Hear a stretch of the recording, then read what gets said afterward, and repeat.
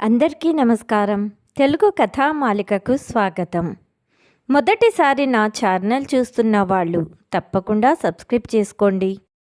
ఇక కథలోకి వెళ్తే, తిరుమలాపూర్లో ఎల్లయ్య అనే రైతు ఉండేవాడు. ఆయన తన స్వశక్తితో కష్టపడి 6 ఎకరాల పొలం కొన్నాడు. ఎల్లయ్య కొడుకు సురేష్, నరేష్ మరియు కూతురు మాధవికి పెళ్ళిళ్ళైపోయాయి.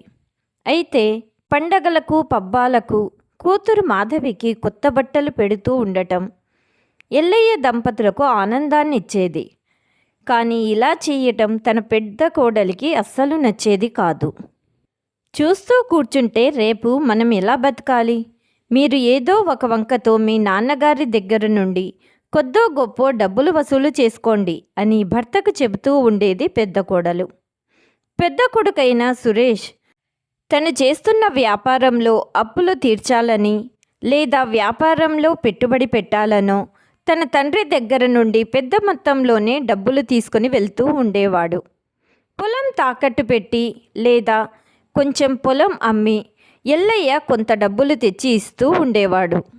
ఎల్లయ్యకు 70 సంవత్సరాలు. అతని భార్య చనిపోయి 8 సంవత్సరాలు అవుతోంది. ఎల్లయ్యకు 2 కొడుకులు మరియు 1 కుమార్తె ఉండటంతో ఒక్కొక్క నెల ఒక్కొక్క కొడుకు దగ్గర జీవనం గడుపుతూ ఉంటాడు. ఆప్యాయతగా పలకరించే వాళ్ల కోసం ఎదురు చూస్తూ ఉంటాడు. తెల్లవారితే చిన్న కొడుకు దగ్గరికి వెళ్ళాలి. పోయిన దసరాకు పెద్ద కొడుకు 2 పంచెలు తెచ్చి ఇచ్చాడు. అవి బాగా పాతపడిపోయాయి. చిన్న కొడుకు కొనిచ్చిన కళ్ళద్దాలు పగిలిపోయి 10 రోజులవుతోంది. పెద్ద కొడుక్కి చెబితే విసుక్కుంటాడని చెప్పలేదు. కళ్ళద్దాలు లేకుండానే ఆ మసకబారిన కంటితో చూస్తూ కాలం గడుపుతున్నాడు ఎల్లయ్య. చిన్న కొడుకు దగ్గరికి వెళ్ళే సమయం అయ్యింది. హాస్టల్ నుండి ఇంటికి వెళ్ళే పిల్లలు ఎంత సంతోషపడతారో అంత సంతోషం ఎల్లయ్య మొహంలో ఉంది. బస్సు దిగగానే చిన్న కోడలు స్కూటీ తీసుకుని వచ్చింది. ఆప్యాయంగా బాగున్నారా మామయ్య అని అడిగింది. అదేంటి మామయ్య, మీ కళ్ళద్దాలు పెట్టుకోలేదు అని అడిగింది. బ్యాగ్లో ఉన్నాయి పదమ్మా అన్నాడు ఎల్లయ్య. కానీ కోడలు పెట్టుకోమని ఆర్డర్ వేసింది. దానితో నిజం చెప్పక తప్పలేదు ఎల్లయ్యకు. కళ్ళద్దాలు పగిలిపోయాయి అని చెప్పగానే చిన్న కోడలు కళ్ళల్లో కోపం చూసి ఎల్లయ్య తలదించుకున్నాడు. కోడలు ఇంటికి తీసుకెళ్ళి భోజనం ఏర్పాట్లు చేసి భోజనం అయ్యాక మామయ్యను తీసుకొని కళ్ళద్దాల షాప్కి వెళ్ళింది. కళ్ళద్దాలు కొనిచ్చింది. ఇంటికి వచ్చేటప్పుడు దారిలో, అందుకే మామయ్య మిమ్మల్ని ఎక్కడికి వెళ్ళనివ్వను. నాకిష్టం ఉండదు మిమ్మల్ని అక్కడికి పంపడం. కనీసం మీకు కళ్ళద్దాలు కొనిపెట్టే తీరిక కూడా లేదా మీ కొడుక్కి? ఆ బట్టలు ఎంత పాతబడిపోయాయో, అవి కూడా ఆయన చూసుకోలేరా అన్నది చిన్న కోడలు ఆప్యాయంగా మామగారితో. ఇదంతా చూసిన ఎల్లయ్యకు ఒక్కసారిగా తన కూతురు గుర్తుకు వచ్చింది.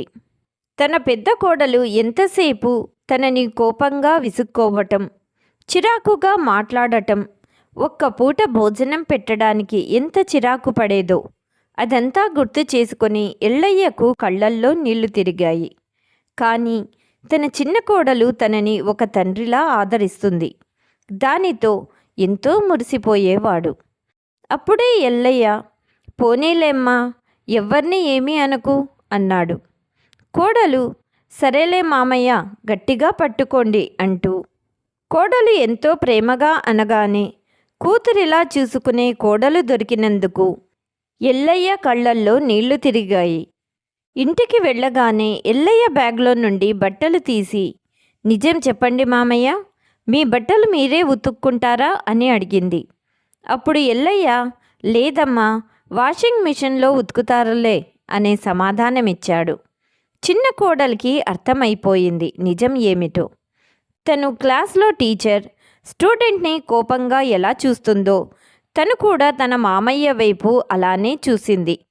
తల వంచుకున్న ఎల్లయ్యని చూసిన కోడలు పక్కున నవ్వేసింది. మీకు నా బాధ అర్థమవుతుందా మామయ్య?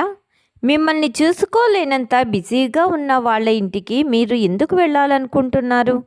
ఇక్కడ నేను మీ చిన్న కొడుకు సరిగ్గా చూసుకోవటం లేదా అన్నది. ఆ మాటలకి ఎల్లయ్య కోడలి 2 చేతులలో తన తల పెట్టుకొని వెక్కి వెక్కి ఏడవటం మొదలుపెట్టాడు. నన్ను పసిపాపలా చూసుకునే నీ దగ్గరికి ఎప్పుడెప్పుడు వస్తానో అని 1000 కళ్ళతో ఎదురుచూస్తూ ఉంటానమ్మా.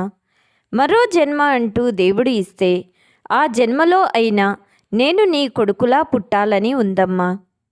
నువ్వు నన్ను ప్రేమగా చూసుకునే ఈ నెల రోజులు మిగతా నెలలకు మళ్ళీ తిరిగి వచ్చేసరికి ఆ ప్రేమ అంతా సరిపోతుంది అన్న ఎల్లయ్యను కోడలు ఎంతో ప్రేమగా ఓదార్చింది. ఎల్లయ్య దృష్టిలో చిన్న కోడలు కూతురితో సమానం, పెద్దవారు పసిపిల్లలతో సమానం. వారికి ఆకలేసి అడిగేదాకా చూడకండి. పిల్లలకి ఆకలి ఎప్పుడేస్తుందో తెలుసుకొని అన్నం పెడతాం కదా, అదేవిధంగా వయసు పైపడిన పెద్దవారిని కూడా అలాగే చూసుకోండి. ఎల్లయ్య ఎంతో సంతోషంగా తన చిన్న కోడలు దగ్గర కాలం గడుపుతూ ఉన్నాడు.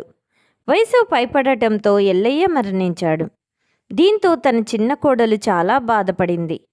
పెద్ద కర్మ అయిపోయిన తర్వాత తన పెద్ద కొడుకు సురేష్ పెద్దలందరి సమక్షంలో తన తండ్రి రాసిన వీలునామాను తెరిచాడు.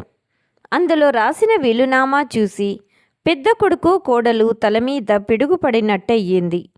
ఎల్లయ్య ఆ వీలునామాలో ఇలా రాశాడు: తన ఆస్తి మొత్తం తన కష్టార్జితమని, అందులో సగం ఆస్తిని నా పెద్ద కొడుకు సురేష్ అవసరాల కోసం ఖర్చు చేయటం జరిగింది. మిగిలిన ఆస్తిని నా చిన్న కొడుకు మరియు కోడలికి మరియు కూతురికి సమానంగా ఇస్తున్నాను. నా పెద్ద కొడుకు సురేష్కు వ్యాపార నిమిత్తం నా దగ్గర నుండి తీసుకున్న డబ్బంతా అతనికి మనస్ఫూర్తిగా రాసిస్తున్నాను అని ఉంది ఆ వీలునామాలో. అతి తెలివితో మామగారిని మోసం చేయాలనుకున్న పెద్ద కోడలు తన మామగారి తెలివి ముందు బోల్తాపడి లబోదిబోమన్నది. రేపు మరొక కొత్త కథనంతో మీ ముందు ఉంటాను. ఎల్లయ్య తీసుకున్న నిర్ణయం మీద మీ అభిప్రాయాన్ని కామెంట్ రూపంలో తెలియచేయండి.